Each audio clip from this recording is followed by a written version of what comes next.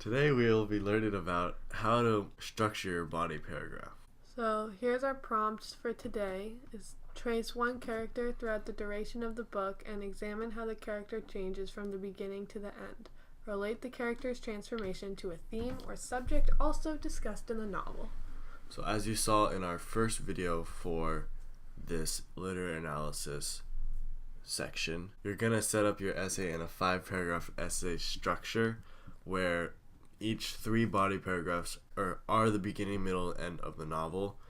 And so when you're writing your body paragraph, you're going to have 3 body paragraphs, right? You're going to start with your beginning, and you're going to start with a topic sentence for that one. The middle is going to have the same topic sentence.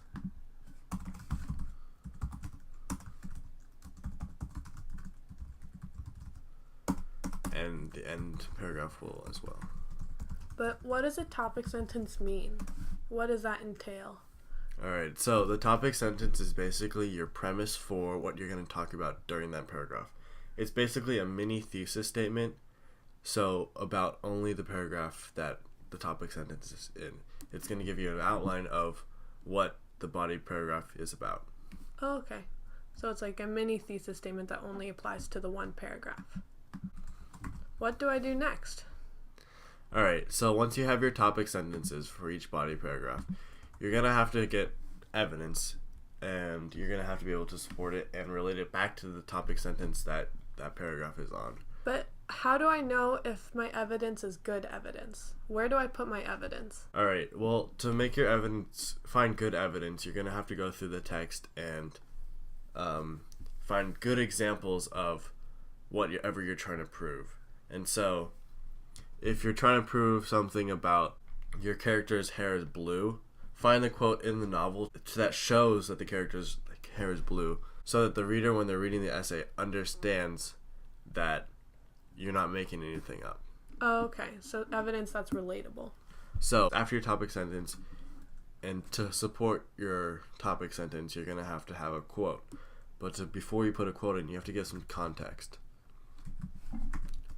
So you have context, quote, and analysis. What does analysis mean? Okay, so analysis is basically your analysis of the quote. So what the quote is meaning, what your quote is trying to persuade the reader, and what your quote is trying to prove. So the context is basically setting up the quote, giving the reader an idea where the quote is in the novel and who said the quote.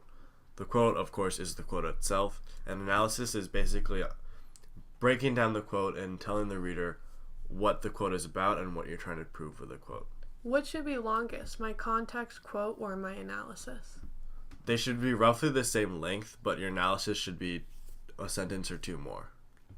Your context should be short and not take up a lot of your body paragraph, because this is a literary analysis essay and you're not trying to summarize the book. Okay. So for the other paragraphs, you're going to do the same thing. Context, quote, analysis. Context, quote, analysis. But do I just end my paragraph with the analysis? No. You have to have a concluding sentence. What does that mean? Concluding sentences help the reader understand what you proved in the entire paragraph. While if you only have one context, quote, analysis chunk, then your concluding sentence is just going to wrap that up.